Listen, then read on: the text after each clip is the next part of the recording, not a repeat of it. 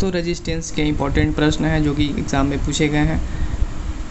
किसी पिंड के माध्यम से कितनी विद्युत धारा प्रवाहित होगी यदि किसी 12 वोल्ट वाली बैटरी के टर्मिनल 1 लाख ओम प्रतिरोध पर छूती है। तो आपको जैसा पता होगा विभवांतर V बराबर धारा गुणे प्रतिरोध। तो आपसे क्या पूछा जा रहा है, आपसे विद्युत धारा पूछी जा रही है। विद्युत धारा बराबर क्या हो जाएगा, V/R। वैल्यू रखेंगे, वोल्टेज कितना दिया हुआ है 12 वोल्ट, रेजिस्टेंस कितना है 1 लाख।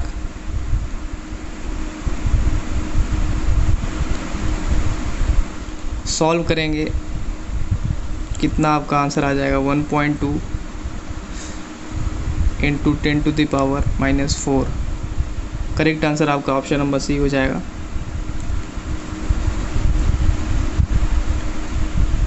चलिए आगे देखेंगे। यदि दो प्रतिरोधों में समान विभवांतर मौजूद है तो वे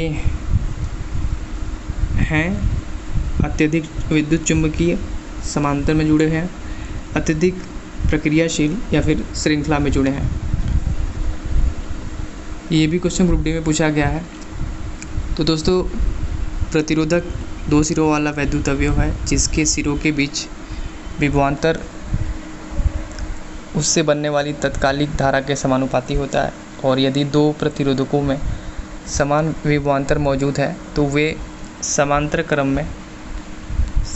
क्रम में यानी पैरेलल में जुड़े हैं। ऑप्शन नंबर बी आपका करेक्ट हो जाएगा। यानी कि अगर दोनों रेजिस्टेंस में समान वोल्टेज मौजूद है तो वो क्या है, पैरेलल में जुड़े हुए हैं। इस चीज़ को ध्यान रखेंगे। यहाँ देखेंगे क्या पूछा जा रहा है। एक इलेक्ट्रिक लैंप जिसका प्रतिरोध 40 ओम है और 8 ओम के सुचालक को 12 वोल्ट की बैटरी के साथ श्रृंखला में जोड़ा गया, परिपथ का कुल प्रतिरोध कितना है। तो परिपथ का आपसे कुल रेजिस्टेंस पूछ रहा है। रेजिस्टेंस R1 कितना दिया हुआ है 40 ओम। R2 कितना है रेजिस्टेंस 8 ओम। कुल प्रतिरोध पूछ रहा है। बैटरी के साथ सीरीज में जुड़े हुए हैं, श्रृंखला में जुड़े हैं। तो सीरीज में क्या होता है, सीरीज में आपका रेजिस्टेंस हो जाएगा R बराबर R1 प्लस R2। कितना हो गया आपका 40 और 8 48 ओम। ये आपका करेक्ट आंसर हो जाएगा ऑप्शन नंबर सी। चलिए आगे देखेंगे। आगे क्या पूछा गया है, सर्किट का परिणामी प्रतिरोध क्या होगा जिसमें प्रत्येक श्रृंखला में 25 ओम के 3 प्रतिरोधक होंगे। तो यहाँ पे भी सीरीज की बात की गई है। तो जो हर एक रेजिस्टेंस है यानी R1 बराबर R2 और बराबर R3, तीन रेजिस्टेंस हैं और तीनों क्या हैं, तीनों ही 25 ओम के हैं। यहाँ पे भी सीरीज़ की बात हो रही है। तो तुल्य प्रतिरोध कितना हो जाएगा R1 plus R2 plus R3। Value रखेंगे 25 प्लस 25 प्लस 25 कितना हो गया 75 ओम। आपका आंसर हो जाएगा ऑप्शन नंबर बी करेक्ट हो जाएगा। चलिए नेक्स्ट देखेंगे। प्रतिरोधकता की SI इकाई है। प्रतिरोधकता का जो मात्रक होता है वो ओम मीटर होता है। और जो प्रतिरोधकता है इसकी जो वैल्यू है वो पदार्थ की प्रकृति और ताप पर निर्भर करता है। तो आपका करेक्ट आंसर हो जाएगा option number A ohm metre. ये सारे क्वेश्चन ग्रुप डी में पूछे गए हैं। चलिए आगे देखेंगे। आगे क्या पूछा गया, निम्नलिखित में से कौन से पदार्थ में उच्चतम प्रतिरोधकता है।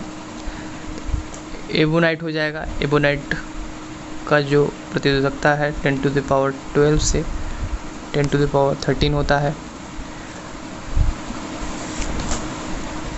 आपका राइट आंसर हो जाएगा ऑप्शन नंबर ए चलिए आगे देखेंगे। निम्नलिखित में से कौन सा एक सुचालक के प्रतिरोध को प्रतिकूल रूप से प्रभावित करेगा? तो किसी सुचालक का जो प्रतिरोध होता है उसके अनुप्रस्थ काट के क्षेत्रफल पर निर्भर करता है और यह इसे प्रतिकूल रूप से प्रभावित करता है, यानी कि ऑप्शन नंबर आपका डी करेक्ट हो जाएगा। चलिए आगे देखेंगे। श्रृंखला में जुड़ी 3 20 ओम की कॉइल्स का कुल रेजिस्टेंस कितना होगा? तो अभी आपने 1-2 न्यूमेरिकल इस पे कर लिया है और ये 20 ओम की 3 कॉइल्स हैं। तो R1 + R2 + R3 तीनों ही 20-20 की हैं। 20 + 20 + 20 बराबर कितना हो गया? 60 ओम। ऑप्शन नंबर सी आपका करेक्ट हो जाएगा। चलिए नेक्स्ट देखेंगे। किसी व्यक्ति के पास 5 प्रतिरोध हैं जिनमें से प्रत्येक का मान 1/5 ओम है, जिन्हें जोड़कर प्राप्त किए गए अधिकतम प्रतिरोध का मान ज्ञात कीजिए। अधिकतम प्रतिरोध R बराबर कितना हो जाएगा? 5 प्रतिरोध हैं तो 1/5 धन 1/5 धन 1/5 धन 1/5 धन 1/5 जोड़ देंगे, कितना आ जाएगा? 5/5। 5 से 5 कट गया, 1 ओम आपका करेक्ट हो जाएगा। तो ऑप्शन नंबर बी आपका राइट आंसर हो जाएगा। चलिए आगे देखेंगे। प्रतिरोधकता के व्युत्क्रम को कहते हैं तो किसी चालक के विशिष्ट प्रतिरोधकता के व्युत्क्रम को चालक की विशिष्ट चालकता या विद्युत चालकता कहते हैं। तो ऑप्शन नंबर आपका बी करेक्ट हो जाएगा, चालकता।